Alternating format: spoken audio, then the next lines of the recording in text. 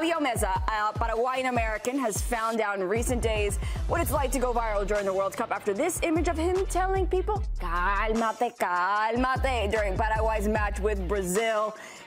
And that image has gone absolutely everywhere. People using it here after just 1 week of dating. She already wants to get married. No. Calm down, calm down. That's a good one. That's a good one. What else do we have here? How else have been? Oh, you're 28? When will you marry? That's what your mom says. And you go, hey, calm down. Cálmate, cálmate. Chill. Not too soon. Too young at 28. Another one saying, since he hit the gym, we haven't seen any improvement. Chill. It's coming. Chill.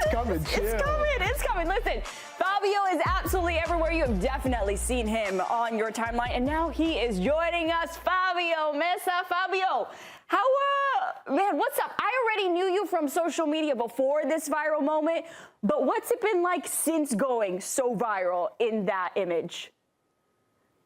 First and foremost, big fan of the show. Excited to be on this screen. It still feels a little surreal, but no, yeah.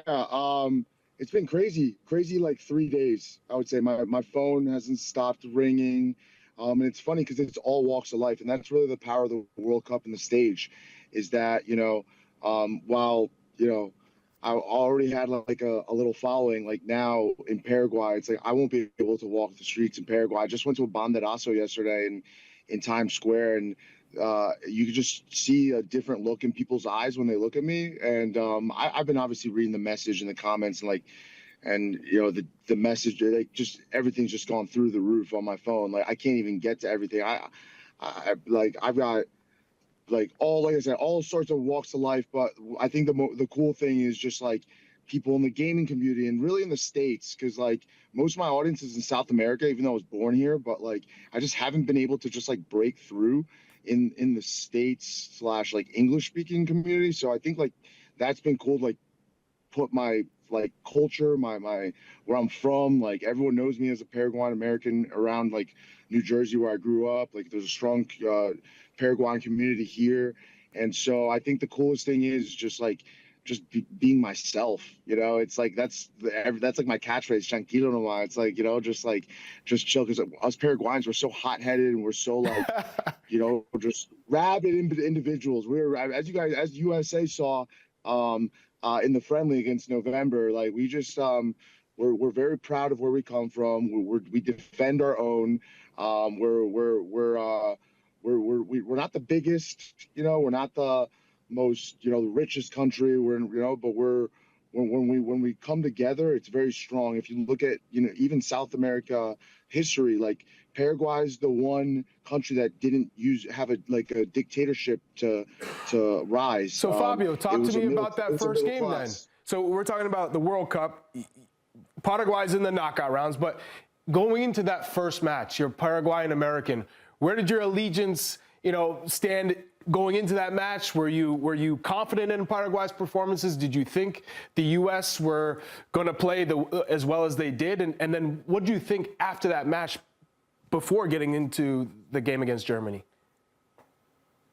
I mean, I'm a bigger USMNT fan than most Americans. Like, I was the youngest credentialed media member covering the 20 World Cup. I had the pleasure of working with Conrad, someone I get to call a good friend. And I've always been a proud American, but it's different with Paraguay because it's like the first jersey you get, it's your blood. It's something that I can't really describe. It's so deep rooted in me that it's the team, I'm not like, I don't really have a club. I have a club, but it's my teams have always been USA and Paraguay. And so for me, it was very easy to choose Paraguay because we're the underdogs, USA has all the money in the world. Like they have all the players in Europe. Like it's funny because I went on Tactical Manager's stream before this World Cup, and I said USMT is about to ball out, dude. Like everyone's just like hating on that. I don't think they realize like the level of talent on this team. That's what I'm talking about, Fabio. That's what I'm talking about. Let's go. It's true. It's true. And like, I just feel like that win was so important because first of all, I knew we were going to get spanked because we played Nicaragua. You guys played Germany right before. Like, Nicaragua was not even in the tournament. We the tournament, like, play again. But still, I think USA is like, that was the best USMNT team I've ever seen. The way they were pinging the ball, like it was beautiful. It wasn't just like beautiful. It was like they were pressuring. Like they still had that robust, like American, like, you know, never give up mentality, but it was like European technique. It was beautiful quality on the pitch.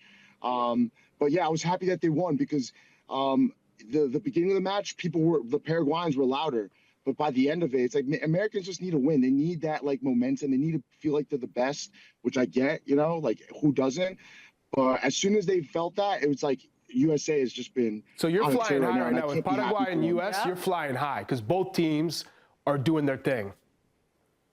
I mean, it's in this tournament though. Like you can't really fly too high, Chuck. You know this. Like you know, one game at a time. You know, we're about to play France. Like, let's be real. Like, I've been getting interviewed like, is Paraguay going to be France? How? I'd be naive to say that. I'd be naive to just like. I looked at the projected roster today. I'm like, yo, we gotta play these guys. Like they're so good. But at the end of the day, it's a game. You know, you gotta get out there, 90 minutes on the pitch. You know, it's settled on the field, so it's like. Tranquilo nomás, Chuck, you know, like tranquilo nomás. They're gonna, you know, like they're gonna play. We're gonna see what happens, and at the end of it, you know, we're gonna see if we advance. But you know, if not, you know, at least we beat Germany. You know, like for a small country like us, we haven't been in this World Cup. We haven't been in World Cup in 16 years. So that was a win in itself. But it's dangerous when we're playing with house money. You know, we gave Spain in that 2010 World Cup their most difficult matchup. Like David Villa come out publicly said it. Like, so I mean, if we beat France, it's like, wow, we're 3 games away from winning this thing. But it's also like tranquilo. Like that's 3 of the most toughest games in the world. It doesn't matter who you play in this tournament at this point, Tuck. Like, if you've made it this far, you got a squad. So, yeah. Well, Fabio, it's not tranquilo. It's cálmate, cálmate. Let me correct myself. I said it was against Brazil. It was obviously against Germany. You guys, if you continue to advance, would face off against Brazil. And then I would love to also see that cálmate if you guys take on Brazil. But Fabio, we actually have a little surprise for you. Can we bring in Nico Cantor? Nico, are you there behind the scenes? Cálmate, cálmate. Tranquilo nomás. Fabi, I'm so proud of you, bro. Everything that you've done. Hey, Fabi, listen, I just want to give you a nice little shout out because I think Fabi deserves his flowers for going viral. I've known him for a really long time.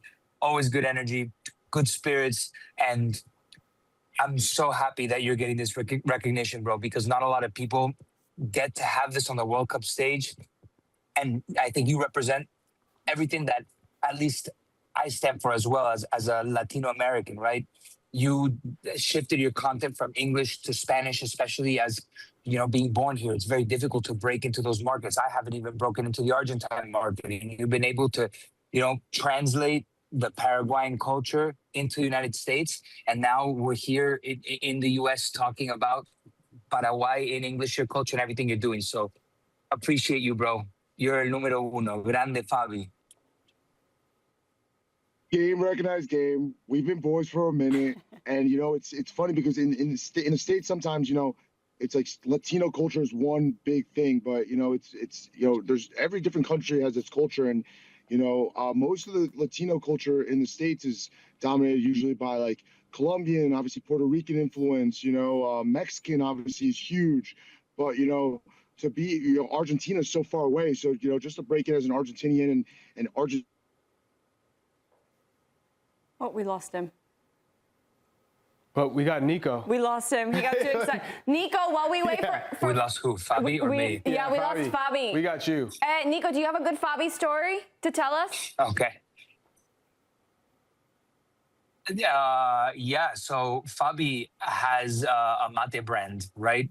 It's called Toma. He makes his own yerba. from Paraguay, and I tasted it. He brought it over to my house, and I tasted it, and I said, "Wow, my dad's really gonna like this." And I sent it to my dad. My dad loved it. Fabi showed up to my parents' house with pounds of yerba mate to give to my dad. And now my dad and Fabi love each other so much. Like in the middle of the World Cup coverage, my dad said, "Fabi, come to the hotel." And they chilled, they filmed some content. So, you know, my dad doesn't just stop his World Cup coverage for anybody. It's a little bit of game recognized game. So I'm happy that happened. And I'm happy Fabi's getting his moment because he definitely deserves it. Nico, I love it. I hear that you're going to link up with Fabi when you're in the New York City area. What are you on a train? What are your guys' plans? No, into Philadelphia. Yes, we're using public transportation this time. Don't tell anybody, Chuck.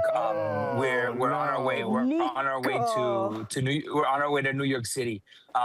Just because we couldn't make it happen with the RV because we got a lot of stuff to do in New York City. So after that, we're then meeting Fabi in Philly because that's where the Paraguay game is at tomorrow. So we're gonna pregame, not Philly style on the 4th of July, Paraguayan style. Because they let you tailgate outside of the stadium. One of the few, if not the only stadium that they let you tailgate. So we're going to be hearing the cumbia paraguaya. Okay, one of the few. I said, not the only one. Gosh, look at that Boston. Look at that Boston pride coming out. Come on, Chuck, chill, bro. Let me just tell my story. So we're going to be doing Paraguayan barbecue from the morning all the way to the night. So beers are going to be on tap. The good steak, good music. I'm ready. Nico, how do you tailgate? Do you tailgate with alcohol, or do you tailgate with mate, or both? Good question. And you know Paraguayans when it's hot, they don't drink mate, they drink tereré. It's there he goes. Fabi knows it. So Fabi, it's cold mate essentially. That's basically what it is. So hook me up with some tereré, Fabi. I got you, but dude, you come on my phone, and all of a sudden my phone heats up the temperature. That's why the thing shut down. Nico, there was too much heat. There was too much light and heat in one call over here. You gotta tell your phone, tranquilo nomás, tranquilo nomás. Tranquilo. But yeah, I was, dude. I just before I cut off, I just wanted to say I'm your fan, bro, and I'm giving you flowers right back. You're an inspiration of mine, and I can't wait to tailgate tomorrow. We're gonna be hanging at a World Cup game, eating asado, drinking beers, Latin American style, and telling this story in English too. I think I don't know. This is the most exciting collab I'm looking forward to is with you, bro. So I can't wait to see you tomorrow, man. Guys, you're the man, bro. We can't wait to see it. Look at all these Latinos. We have Paraguay represented, Argentina, Puerto Rico, República Dominicana. Sí. Charlie is one of our own. He is Dominican here.